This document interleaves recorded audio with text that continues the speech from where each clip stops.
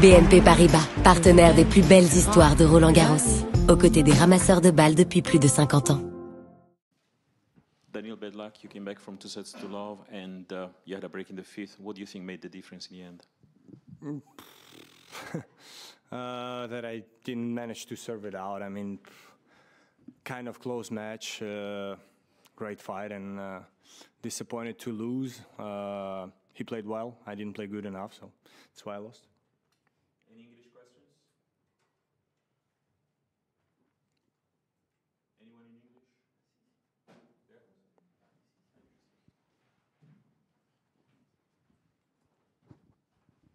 Daniil, for this Australian Open, is same situation with Roland-Garros. 5 sets, you lost the serving for the match.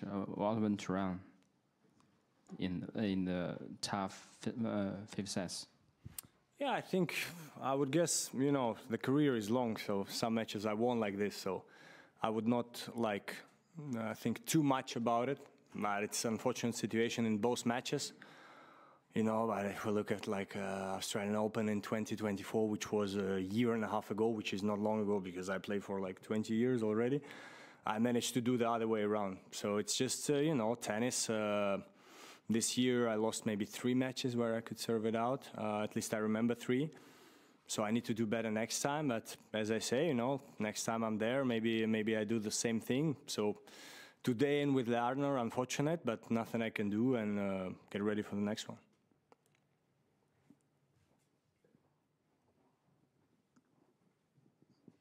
Hi, Daniil. There's been a couple of players complaining about the timing of the anti-doping tests, like very early in the morning. I was just wondering if you experienced that here, or at any other tournament, and what do you think about it? Is the timing unfortunate? Does it disrupt your preparation, or do you think it comes with the territory of being a top-level athlete? I think it depends, because you choose your time when they come.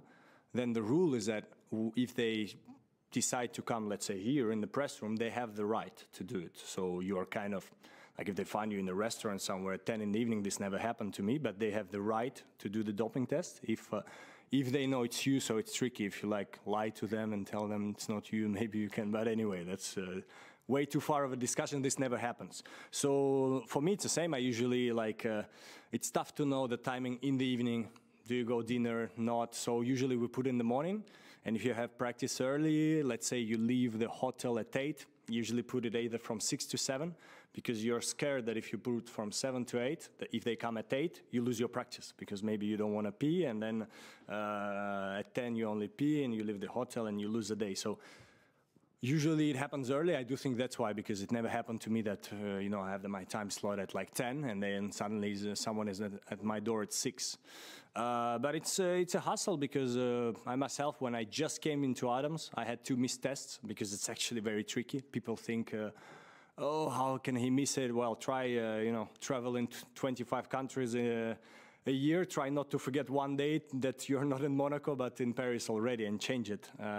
So yeah, it's not easy, but it is what it is. Daniil, maybe I'm wrong, but I guess you don't make the hand check with the ref at the end. I think I forgot. I thought about this when I walked out of the court. There was no problem, and I love René. So actually, walking already 5 minutes after the match, I was like, did I forget the hand check? And I thought maybe not. So when I see him here, I'm just going to say that I mean, I was so disappointed, but there was absolutely no problem with him, and I love him.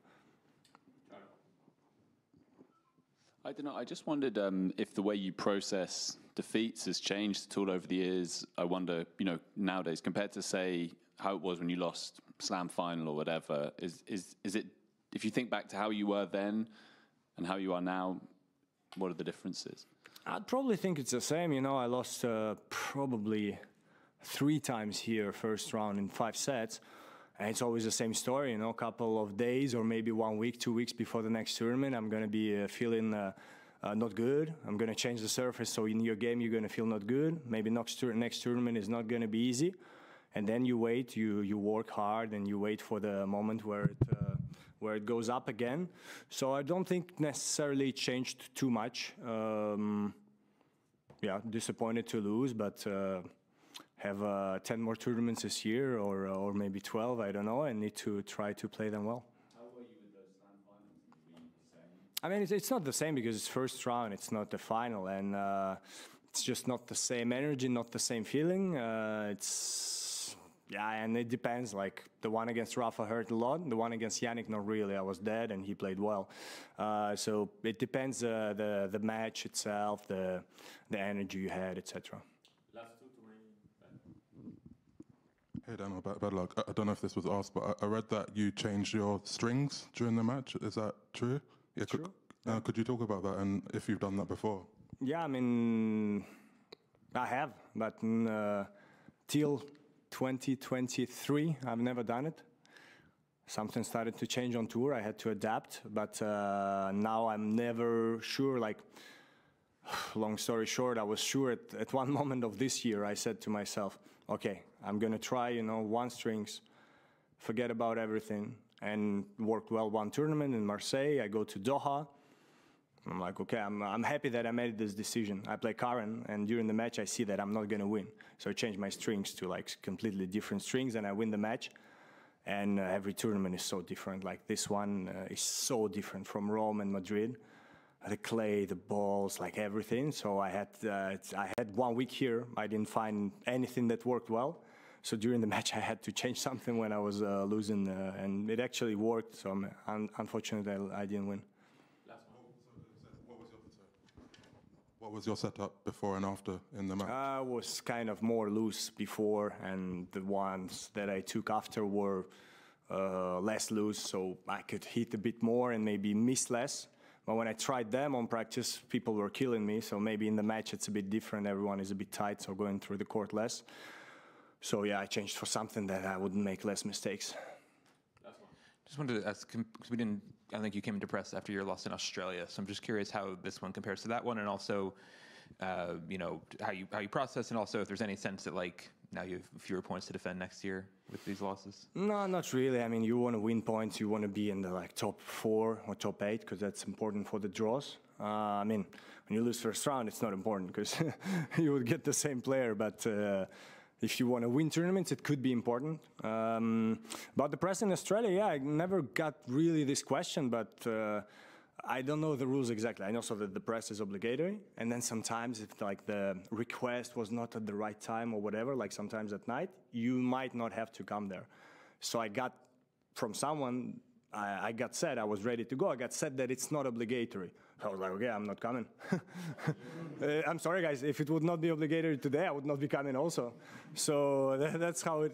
You were not requested. Yeah, I was not requested, you see. So I always come, so that's not a problem for me. And it's going to be, as I say, pretty much the same feeling. Like after Australia, it's going to be bad. It's going to hurt. And then you go to the next tournament, you work hard, you try your best to be better.